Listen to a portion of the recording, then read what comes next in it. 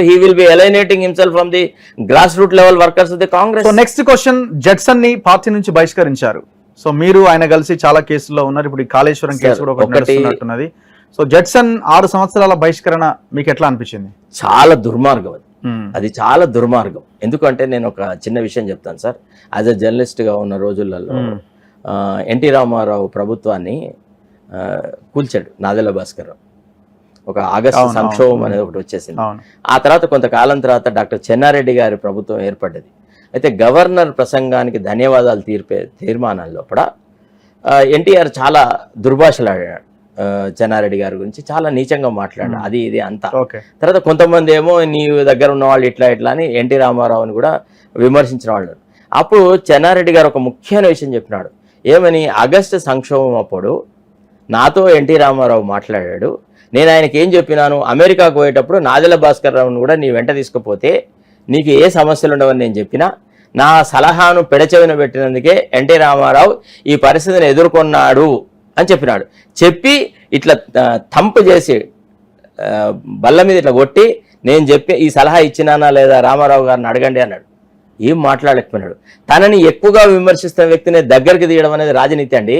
Judson ఒకసారి పిలిచి, ఏం జడ్సన్, వాట్ ఈస్ దేర్, ఏంది అరే నువ్వు కాంగ్రెస్ కార్యకర్తవు, నేను కాంగ్రెస్ ముఖ్యమంత్రి, నీకు నాకు అరమరికలు ఏందయ్యా, నీకు ఏం కావాలి చెప్పు, నువ్వేం మాట్లాడుతున్నావు, అసలు ఎందుకు నీకు ఎంత ఆవేదన? జడ్సన్ ఒక నిరంతరం కృషి చేసినట్టు ఒక సోల్జర్. జడ్సన్ యొక్క నిజాయితీని మనం శంకించడానికి వీల్లేదు. జడ్సన్ ఏం రాజకీయంగా అవినీతి పాల్పడలేదు, అక్రమాస్తులు సంపాదించలేదు. తర్వాత ఒకప్పటి ముఖ్యమంత్రికి జడ్సన్ చాలా అనుచర వర్గంలో ఉండే రాజశేఖర రెడ్డి గారికి. అట్లాంటి వ్యక్తిని పార్టీ నుంచి దూరం చేసుకుంటాడా? ఒక్కసారి ముఖ్యమంత్రికి భేషజాలకు ఎందుకు పోవాలి? కాంగ్రెస్ ను విమర్శిస్తున్న వాళ్ళు ఎవరెవరు ఐడెంటిఫై చేసేసి వాళ్ళకి ఏదో అంతరంగంగా ఏదో ఒక ఇష్యూ ఉంటుంది. పార్టీ స్ట్రాటజీని వాళ్ళు మిస్అండర్స్టాండ్ చేసుకున్నారా, పార్టీ లీడర్ని వాళ్ళు మిస్అండర్స్టాండ్ చేసుకున్నారా, వాళ్ళలో లోపం ఉందా, నాలో లోపం ఉందా? What is there? It's a democratic party అయితే నువ్వు ఎందుకు పిలిచి మాట్లాడితే అయిపోతుంది కదా జడ్సన్తో. అసలు పోనీ అంటే మొట్టమొదటే ఆయన బూతులు తిట్టలేదు కదా. ఆయన ఏమన్నాడు, నవీన్ మిట్టల్ని పెట్టుకోవడం తప్పు అన్నాడు. తర్వాత దళిత బంధు విషయంలో జరిగిన అక్రమాల మీద చర్యలు జరగాలన్నాడు.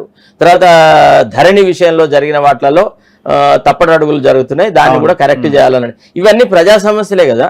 జడ్సన్ ఎప్పుడు నాకు ఈ పోస్ట్ కావాలని రిప్రజెంటేటివ్ పట్టుకుపోయి ఇచ్చిన సందర్భం ఉందా? తర్వాత మొట్టమొదటి నుంచి జడ్సన్ పట్ల కొంత వివక్ష ప్రదర్శిస్తుంది కాంగ్రెస్ పార్టీ, ముఖ్యంగా రేవంత్ రెడ్డి నేతృత్వంలోని కొంతమంది అనేటువంటి మాట చాలా ఇవాళ గ్రాస్ రూట్ లెవెల్ వర్కర్స్ లో ఉంది. ఇవాళ చూడండి, జడ్సన్ ని పార్టీ నుంచి ఎక్స్పెల్ చేయడాన్ని 80% మంది అపోజ్ చేస్తున్నారు. మీరు సోషల్ మీడియాలో జడ్సన్ కు సంబంధించిన ఎవరు మాట్లాడినా, ఇప్పుడు మీరు ఎంతో మందిని ఇంటర్వ్యూ చేశారు, దాదాపు ఇంటర్వ్యూ చేసిన ప్రతి వ్యక్తిని జడ్సన్ ని ఎక్స్పెల్షన్ మీద మీ అభిప్రాయం ఏంది అని అడిగినారు. వాళ్ళు వాళ్ళ అభిప్రాయం తోచిన విధంగా చెప్పినారు. దాని తర్వాత వచ్చిన కామెంట్స్ చూడండి, ఒకసారి చూడండి మీరు. 80% of them have sympathized with Judson and they are very angry that the Congress party has behaved in a most dishonest way అని.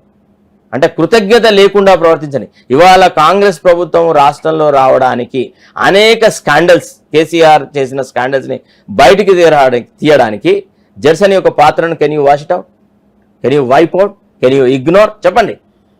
దళిత బంధు మీద కేసులు వేసినామా? అందరూ రిటైర్డ్ ఆఫీసర్లు అందరినీ పెట్టుకుని కేసీఆర్ నానా లుచ్చా పనులు చేస్తున్నాడు అని కేసులు వేసినామా? ఆయన వేసిన ఏ కేసులో తనకు వ్యక్తిగత ప్రయోజనం జరిగి చెప్పండి. నిజానికి నాకు తెలుసు Raghu, as an advocate of Judson I'm telling you, చాలా సార్లు జడ్సన్ ని ప్రలోభ పెట్టడానికి ప్రయత్నాలు జరిగినాయి. జడ్సన్ ఎన్నడూ తల ఒగ్గలేదు. నిజానికి ఆయనకి అంటే చెప్తున్నాను మీకు ఏం కావాలనేటువంటి టాపిక్ వాళ్ళు ఆనాడు మాట్లాడడం జరిగింది, కానీ ఆయన ఎన్నడూ తల ఒగ్గలేదు. అట్లాంటి దళితుడికి ఒకసారి ఇంకోటి ఏంటంటే, ఇవాళ దళిత సామాజిక వర్గం కాంగ్రెస్ కు ఒక పట్టుకొమ్మలాగా ఉంది. నువ్వు అట్లాంటి ఒక దళితుని మీద యాక్షన్ తీసుకుంటావు? ఐ రిమెంబర్ మాసాల ఈరన్న అని ఉండే ఒక కాంగ్రెస్ ఎమ్మెల్యే, నానా బూతులు తిట్టే తెలుసా ముఖ్యమంత్రులని. అరే ఇప్పుడు వీళ్ళు తిట్లేదా? జగ్గారెడ్డి తిట్లేదా? వెంకటరెడ్డి తిట్లేదా? రాజగోపాల్ రెడ్డి తిట్లేదా? మరి పార్టీలోంచి తొలగించలేదు. నోటీసులు కూడా లేవు కదా, కనీసం షోకాజ్ ఇచ్చినారా? మీకు తెలుసా సార్, చాలా మంది కాంగ్రెస్ ఎమ్మెల్యేలు చెన్నారెడ్డిని చాలా బూతులు మాట్లాడేది, ఒక్కనాడు కూడా వాళ్ళని పట్టించుకోకపోయేది. ముఖ్యమంత్రికి కావాల్సిన ఆత్మస్థైర్యం అదే. తనను విమర్శిస్తున్న వాడిని కూడా దగ్గరికి పిలిచి మాట్లాడితే జడ్సన్ లో ఈ స్పీడ్ ఉండేదా? ఒక్కసారి పిలిచి జడ్సన్ అసలు ఏంటి చెప్పు, నీ ఇష్యూ ఏంటి, రైట్, నువ్వు అడుగుతున్నది ఏదున్నా ఇప్పుడు ఇమీడియట్ గా జరుగుతా చెప్పు. మన ఆర్థిక పరిస్థితికి ఇది, మన సమస్యలకి ఇవి ఎట్లా సాల్వ్ అవుతాయి అనుకుంటున్నావు?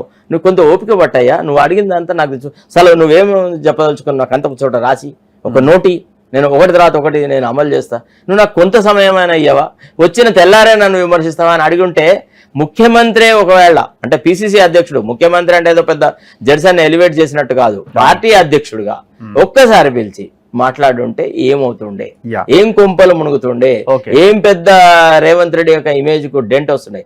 ఇవాళ అతన్ని తొలగించడం ద్వారా పోనీ మరి ఏం చేసినారు? ఆయన మీద వేసిన ఆరోపణ ఏంది?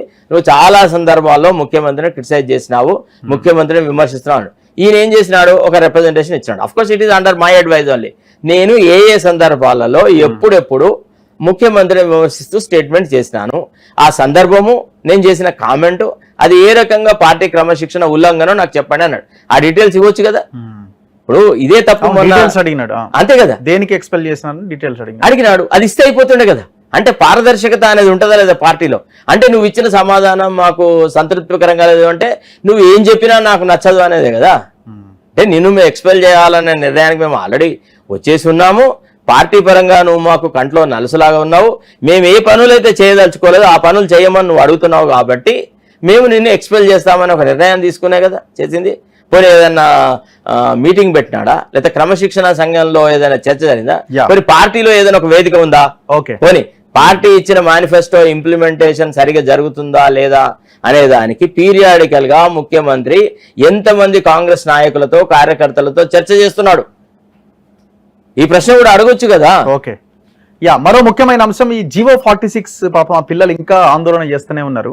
ప్రభుత్వం ఆల్రెడీ 317 అండ్ 46 మీద కమిటీ వేసినట్టున్నది. యాక్చువల్లీ ఇది కోర్టులో కూడా కేసు వాదనకు వస్తున్నది, కానీ అడ్వకేట్ జనరల్ అటెండ్ అవుతలేడని వాళ్ళు చెప్తా ఉన్నారు. నాతో కూడా చాలా మంది డిస్కస్ చేశారు. మీరు